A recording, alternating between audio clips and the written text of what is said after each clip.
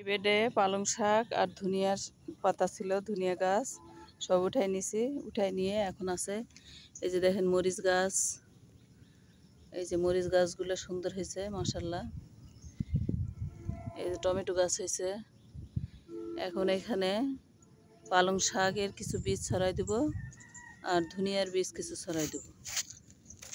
এই যে ধনিয়ার বীজ, এই যে পালং শাকের বীজ, এই যে পালং শাকের বীজগুলো ছড়াই দিই। বিসমিল্লাহির রহমানির রহিম।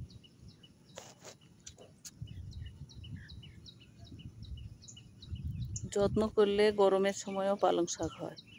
সেদিন উঠাইছি, উঠে রান্না করছি, অনেক মজা ছিল। এখন এই ধনিয়ার বীজটা ছড়াই দেব। এটা একটা লাল জাতের ধনিয়া। এই ধনিয়ার বীজটা ছড়াই দিই। বিসমিল্লাহির রহমানির রহিম।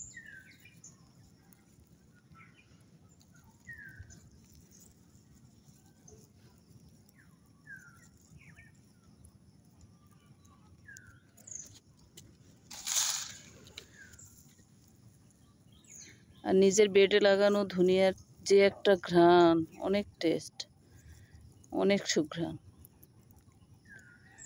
বাজারে কিনাটা এত সুঘ্রাণ হয় না। যদি আপনাদের একটু জায়গা থাকে, একটু টবে হলেও ধনিয়ার বীজ ছড়াই দিবেন, দেখবেন কত সুন্দর ধনিয়ার পাতা হবে। আর এই ধনিয়ার পাতা খাইতে যে এত টেস্ট, বাজারেরটা কিনে খাইতে এত মজা লাগে না, কিন্তু নিজের হাতে করা ধনিয়ার পাতা অনেক মজা।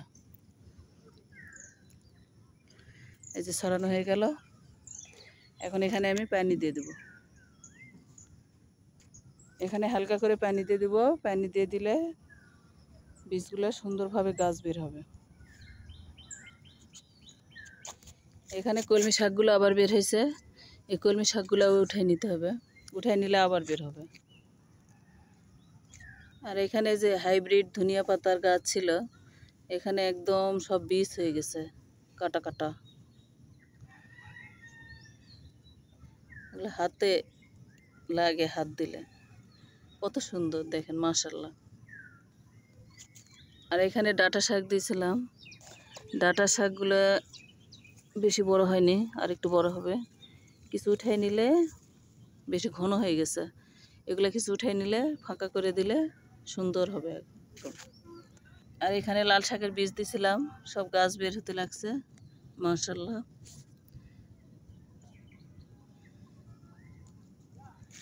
আর এই বেডেরগুলো দেখেন কত সুন্দর মাশাআল্লাহ, সব বড় বড় হয়ে গেছে।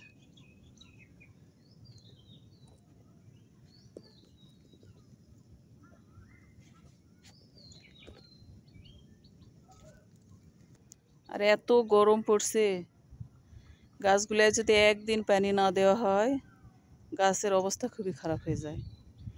তাই সকাল বিকাল দুই বেলায় পানি দিতে হয় এখন।